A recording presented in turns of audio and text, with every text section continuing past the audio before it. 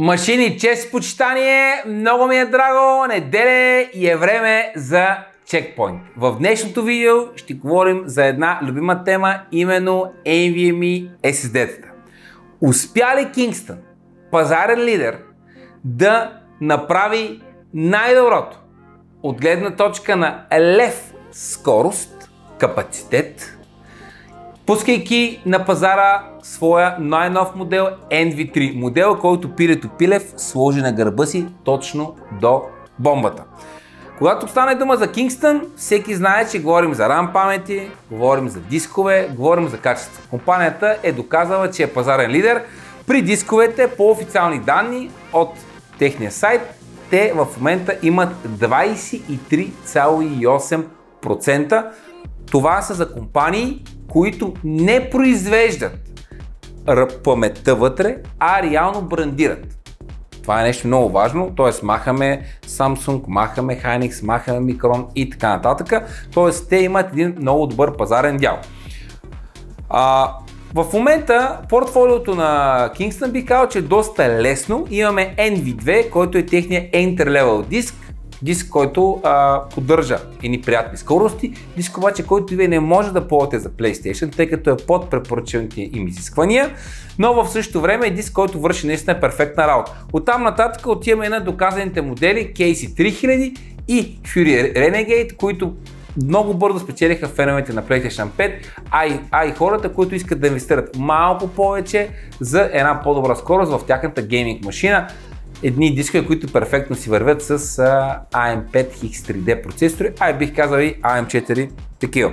В началото на август обаче много тихомълко Kingston извадиха NV3. Защо казвам тихомълко? Няма да видите ревюта на този диск от най-големите ютубъри. Няма да видите реклама. Просто те казаха, ние ще пуснем един смислен диск. Nvidia тихомълко пускат видеокарти, които нещо им куца. При Kingston обаче имаме обратно нещо. Те според мен пуснаха един много смислен продукт. Много смислен продукт. Продукт, който според мен ще обере и ще допадне на много голяма част от масата геймери, хора, които искат да обновят своите машини. Нека да видим параметрите. Имаме 3 капацитета, 500 гигабайта, 1 терабайт, 2 терабайта. Обърнете внимание, нямаме 4 терабайта към момент. Скоростта, значи Gen 4 по 4, ясно е. Скоростта обаче на четене и писане е различна спрямо капацитета. В случая за нашото ревю ние взехме NV3 1 терабайт, тъй като смятам, че това ще бъде най-масовия модел. Диска идва с 3 години гаранция. MTBF, Mean Time Between Failure, или казано на български, средно време между отказите. Това се смята по една много приятна формула. 2 милиона часа. Сега това не го обръщате в часове, в години и тогава ще да откаже. Това е една формула, която са вкарали армията, нали, която там върху какво е, какво си, всеки като го напише в интернет, че сметне реално след колко часа може да има отказ. Това, което не е важно нас, че имаме 3 години гаранция.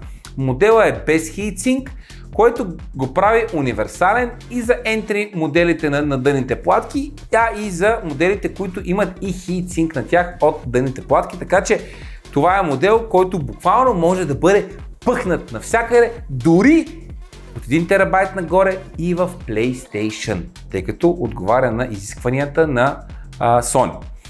Направихме тестове, помоли Grandmaster Стойко, въпреки че е G-Fest, Лудница и така нататък, да направи бързи тестове, използвайки Crystal Disk Mark и разбира се 3D Mark Storage Benchmark, който ние стандартно използваме. Виждате в момента резултата при NV2, т.е. теста доказва напълно това, което е написано като скорост. Нещо, което е много важно. При 3D Mark Storage виждате резултата и ако обърнете внимание, при различните дейности, които диска е накаран да прави, той дига различни мегабайти в секунда. Това не трябва да ви изненадва, тъй като някъде целият файл, който трябва да бъде направен, е по-малък и диска няма възможност да се разгърне.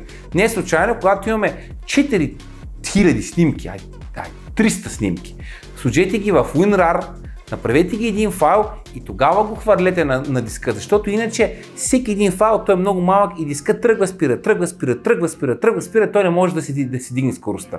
Затова е хубаво да ги архивирате, да ги прехвърлите и вече когато са на финалния диск да ги разархивирате. Това е нещо много важно, което обръщам внимание. Помоли Grandmaster да го съпостави спрямо модели, които сме ревюрали наскоро. 990 EVO, знаете първият хибриден диск от страна на Samsung, 990 Pro, диска, който е high-end на Samsung и разбира се Kingston Fury Renegade, който аз смятам, че е наистина едно от най-добрите предложения за геймери. Тук в момента ви показвам пред вас тестовете на Crystal Disk Mark и на 3D Storage Benchmark, за да видите различните точки, различните скорости.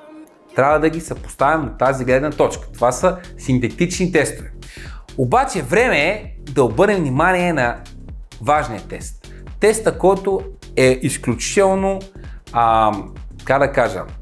изключително определя нашия избор. А това е цената. Лева. Колко пари ние ще дадем? Видите в момента снимката към днешна дата.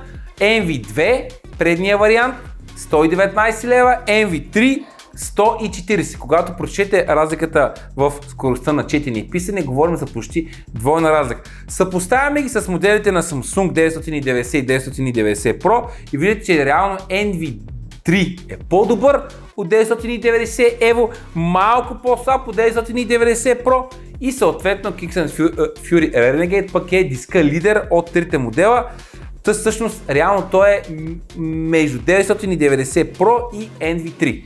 Гледаме обаче цената. 140 лева за 1 терабайт. 182 лева 990 EVO, който е по-бавен диск, а вече отиваме на 230 за 990 Pro и нагоре. Тоест разликата е огромна. Обръщайки по формулата лев скорост на трансфер на данни, от тези 5 диска най-доброто решение е именно NV3. И точно заради това аз смятам, че Kingston много правилно натиснаха с този модел. Модел, който е само в момента 20 лева по-скъп от NV2, но с двойно по-добри параметри и отговарящ на изискванията на Sony за апгрейд на диска в PlayStation.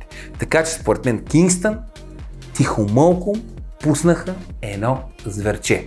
И това е идеята на Checkpoint. Всяка неделя да се събираме тук, да си говорим за хардуер и аз да ви споделям пикантни истории, делаверки или приятни продукти, както е този модел на Kingston. Разбира се, че на 14 и 15 септември на GFest ще може да видите този диск в действие, тъй като той ще е на доста машини, защото ние веднага усетихме, че NV3 ще е модела, който ще се хареса на вас. Защото се хареса и на нас, тъй като пак казвам, лев скорост излиза много, много добре. Благодаря ви, че тази неделя бяхте с мене, не останаха неделите до GFest. Аз тръпна и не спя, вие броите и отместите календара и на 14-15 сигурност в Джон Атанасов ще направим поредното епично събитие. А до тогава, всяка неделя тук ви чакам за поредната доза Checkpoint. Чао!